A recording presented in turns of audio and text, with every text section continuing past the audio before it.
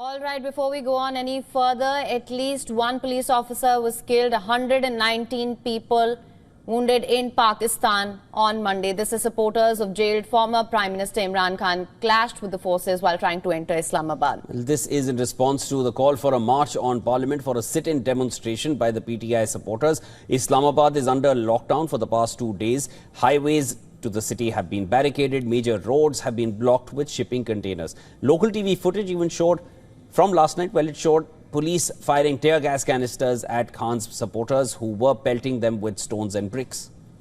Interior Minister Mohsin Naqvi said the security forces showed extreme restraint in confronting the protesters, some of whom he said had fired live rounds, while police only used rubber bullets and fired tear gas canisters. But Khan's party has accused the government of using excessive violence to block the protesters and said that hundreds of workers and leaders had been arrested.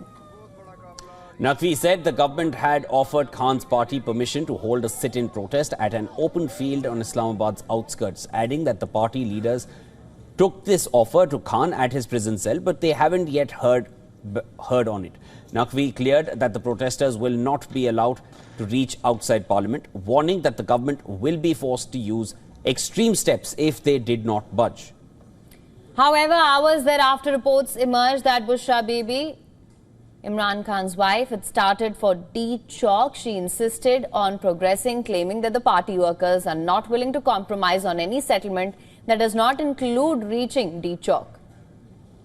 According to sources cited in the reports, Khan had agreed to an alternative location, but Bibi refused it. However, a breakthrough is likely to occur in the negotiation between the PTI and federal government, as Khan has accepted one of the proposals put forward by the regime, according to sources.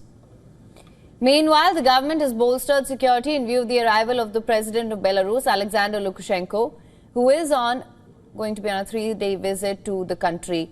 As you can see, these are the visuals of him in Pakistan.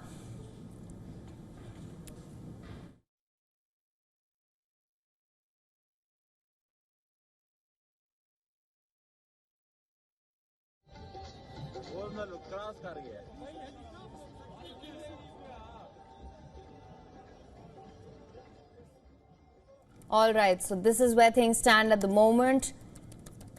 The PTI convoy has converged on Islamabad, their demand being that they reach D Chowk. That is what Bushra Bibi has claimed, that that's the end goal. At least one police officer was killed as supporters of jailed former Prime Minister Imran Khan clashed with the forces on the outskirts of Islamabad, and this was in response to the call for a march on the Parliament for a sit-in demonstration. As of now, Islamabad is under lockdown.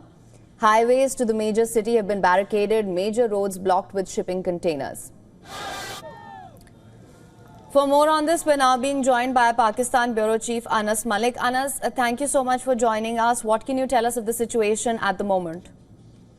Well, at least 5 security personnel are dead now as we speak. That includes 4 personnel from the paramilitary, that is the Rangers, and 1 person from the police. And as a reason of which the military has now been called in under Article 245A, that basically calls in for action in aid of the civil government to control the law and order situation, which seemingly is getting out of hands for the government. Last night, in a late night presser, in a rather rare late night presser, Mohsin Naqvi, the Interior Minister, said, and I quote, that the government will do all what it takes to ensure that the law and order situation gets back to normalcy, be even imposing a curfew, calling the military, or firing bullets.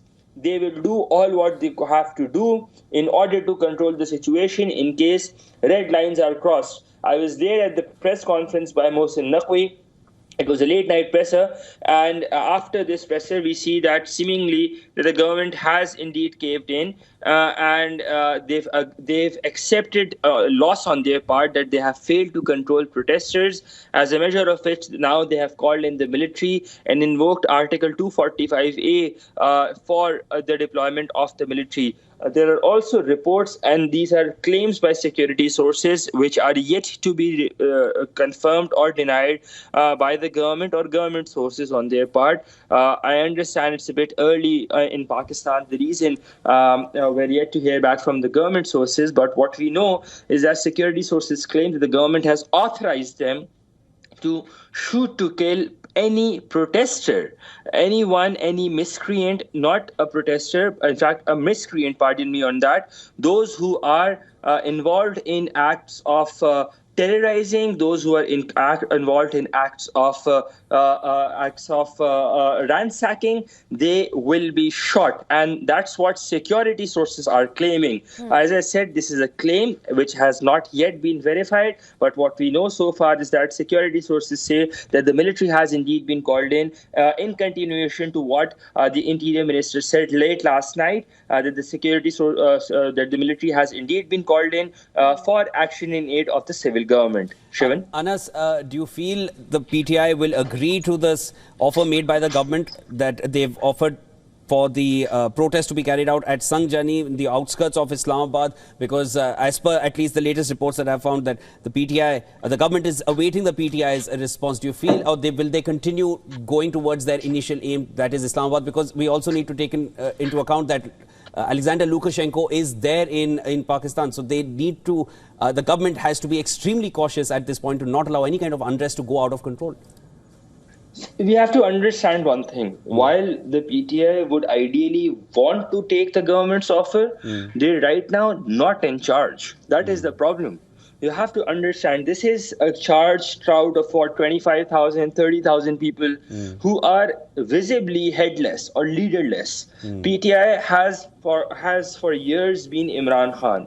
And for the past 600 or 500 odd days since Imran Khan is in prison, since 14 months or so, PTI continues to remain headless. So this is a matter of survival and acceptance of the local leadership, which is PTI minus Imran Khan, for their acceptance within the party infrastructure, within the party workers. Remember, 3 of their calls have also been called off, particularly despite of having them being, final calls. So it's a matter of survival and acceptance for the PTI leadership. The reason, even if they would want to, it would not be an easy ride out. The reason we saw or heard reports late last night that when Barrister Gohar had that rare late in the last night meeting with Imran Khan at the Adiala jail, reports did emerge that Barrister Gohar did manage to secure some sort of a video message from Imran Khan himself, though the reports were later denied. But you have to understand that it's not what the current PTI leadership that's out on the roads or is not incarcerated has to say, because if they say anything, they will come out across as weak, as compromised, and the workers will not be willing to accept what they have to say. The reason Imran Khan's word and his acceptance really matters a lot at this point of time. Shivan? All right, well, Anas, thank you so much for bringing us the latest on this. We're, of course, going to be tracking the developments on this front very closely. Thank you so much for bringing us the latest for now, at least.